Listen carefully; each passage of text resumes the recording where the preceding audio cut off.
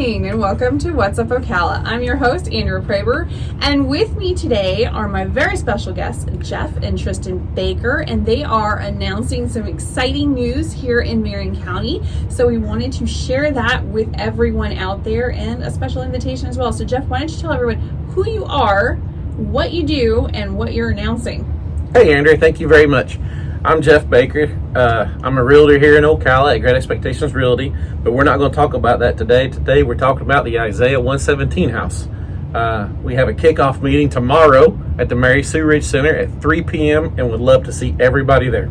Awesome. So what is an Isaiah 117 house? Oh, the Isaiah 117 house is literally a house where we like to call it where we change how foster care begins.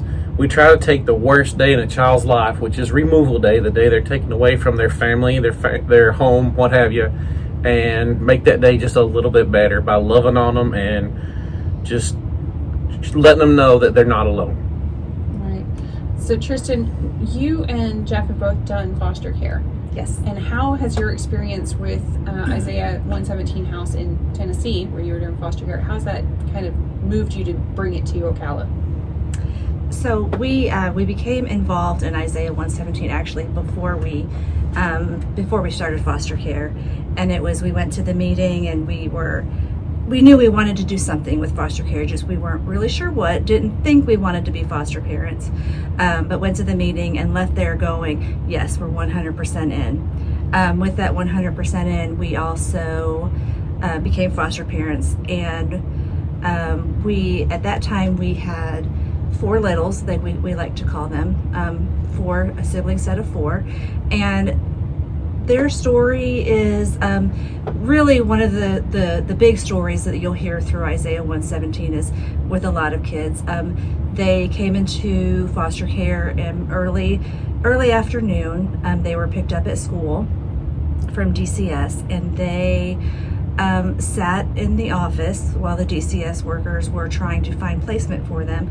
They sat there in a conference room with there was 7 total, so there was 3 other plus our 4 of a sibling set, and you know, they were the DCS workers did all that they could by trying to feed them out of the vending machines, but they were scared. They didn't know what was going on. They brought in, they had nothing else with them except for their backpacks. One of the little ones even actually brought food from his school lunch because he didn't know when he was going to eat. He brought it in his backpack when he got to our house. And the biggest thing is, what if there would have been a house that they could have gone to instead of sitting in that DCS office where they weren't having to worry about where they were going. They didn't get to our house till 10 o'clock that night, but and so it was a quick, love and then go to bed. And again, just what if there was a house that they could have went to and been loved on by volunteers, been cooked for, made sure that they knew where they were going to eat, helped with homework, given new clothes, new backpacks as they left the house and they went to their foster placement. And that's pretty much the premises behind the Isaiah 117. So what would you have actually liked to have seen happen? Would they have actually spent the night at the Isaiah house then and then gone over to your home and like a foster home the next morning instead of coming in at 10 o'clock at night and having, you meet these strange people and then instantly go to bed? You gotta go sleep in a stranger's house, literally. Yeah, that's kind of creepy even for me, not gonna lie. That was it, as we were being a temporary placement for them at the time. So they were actually picked up at 7 a.m. by DCS to spend the next day in DCS. We were in emergency placement, right, correct? Right. So we had them from 10, okay, shower, bed, food, bed, and then wake up, here's breakfast, and goodbye. And so, again, if there was a house, they could have stayed the night. Somebody would have made them breakfast while they were still trying to find the placement.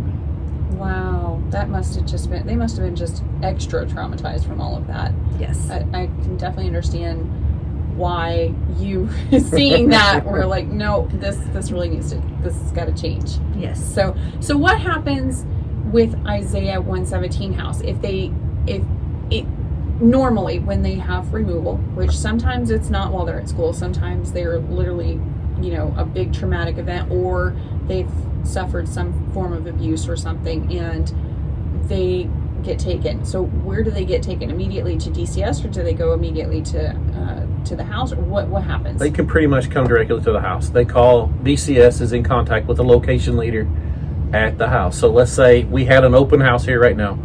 The phone call would come through, hey, we've got some kids that are coming into here, have come into care. Can we bring them to the house? Absolutely. There's a volunteer on schedule that will meet the DCS worker there. DCS worker gets to go into a little office where they can work but still maintain sight of the kids and do their part without the kids hearing and seeing really what they're doing, but the kids get to enjoy themselves as much as they can. The volunteers will ask them, what do you want to eat for dinner or lunch or whatever it is, the next meal, what do you want? Typically the answer is fast food, McDonald's, Burger King, whatever. We take care of that. We go get it, or another volunteer will go get that food and bring that child their food. Now some of them will go, I want a hamburger on the grill. Hey, we got a grill, we'll make you a hamburger right now. So the kitchen is fully stocked and functional. And that call can come in at any time. Yeah, Our day or night. volunteers are ready 2 o'clock in the morning. 24 hours a day. So tell me about the volunteers, because you're already kind of gathering volunteers that are interested in working with the house once it's up and ready to go. Absolutely. Right? So are these all foster parents, or what? Who are these volunteers? Everybody. I mean, yes, there is a background check that will be run on volunteers, obviously, for specific reasons. Some training, yes. But and there will be training provided for those volunteers. But anybody, I've seen volunteers that are retired that are just love kids and love the idea of getting a love on these kids and again make that bad day a little bit better. You know, we've got folks at open houses that come in and help the kids make cookies because that's what grandma did with them. That's one of the fond memories they have of their grandparents. So they've made chocolate chip cookies and brownies and you name it. They play in the kitchen. Oh, okay, gotcha. They've even made slime at a couple of houses. Okay, yeah, that slime's not allowed in my house. I've seen with, yeah, no. So that's above and beyond right there. You bring in the slime, but okay, that's awesome that they're just they're just being kids. Absolutely, it's let them be a kid. Yeah, that's awesome. Yeah, I have seen many videos and stuff from other foster parents, and normally it's these kids come in the middle of the night and they're coming and they're just kind of dropped off. Yes, and they don't know who they're staying with. They don't know if these are good people or if it's not going to be good people or if they're ever going to see their siblings. It's a really traumatic point. Absolutely. So to have somebody that's trained just to focus on the kids instead of trying to focus on placement and trying to focus on everything that a DCS worker has to do, that's awesome. And they can sit and watch TV, play video games, read, take a bubble bath. Whatever floats the boat. And whatever. That's another part where Isaiah 117 helps with, though, is they come in, we give them a bath, we take care of all that stuff, so when they're ready to go to the foster parent can focus on knowing them. Versus, okay, we got to wash all your clothes and get this and get that. They actually can focus on. Yeah, I can't even imagine going into a strange person's house and then going, okay, you need a bath. Right. Yeah. I mean, even lice removal and treatment. We're prepared and equipped to handle that in the houses.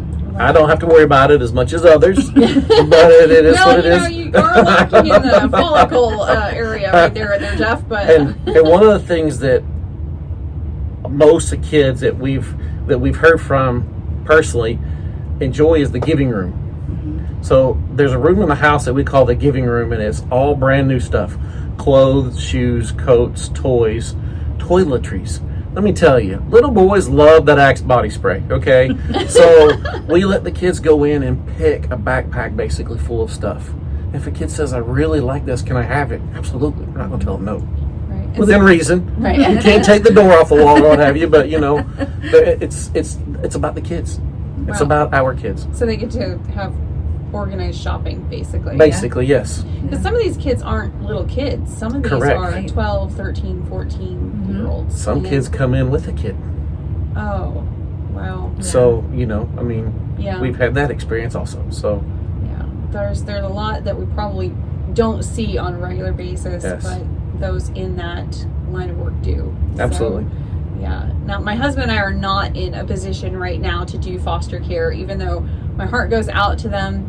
I'm sure there's a lot of people that feel the same way. They're like, I really would love to be able to assist, but I can't do that kind of commitment, because that is a commitment. That is Absolutely. a huge commitment of your life, your time, your home, your family members, your resources.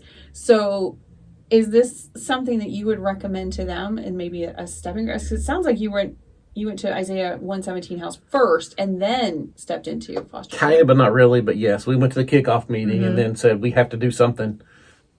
Next step in our logical brain at the moment was, hey, let's become foster certified. And we did. And then, but you don't have to be certified in order to care for the kids at the Isaiah 117 house. Just a volunteer can come in, get trained, and you're a volunteer.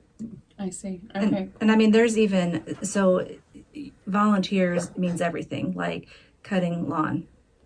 We need like handymen if they, fix stuff. Like, it doesn't necessarily mean you have to be hands-on with the kids. If you just want to give something and you have something to give. There's positions for everybody. Yeah, literally. Absolutely. Right. And every skill level. This is a house. Yes. This is It's a actually full-on a house. residential house. So what kind of house are we talking? Okay. Obviously, you haven't got the house yet. Correct. This is a kickoff for the expansion to Marion County. So Correct. they are expanding over here. But what would you love to see?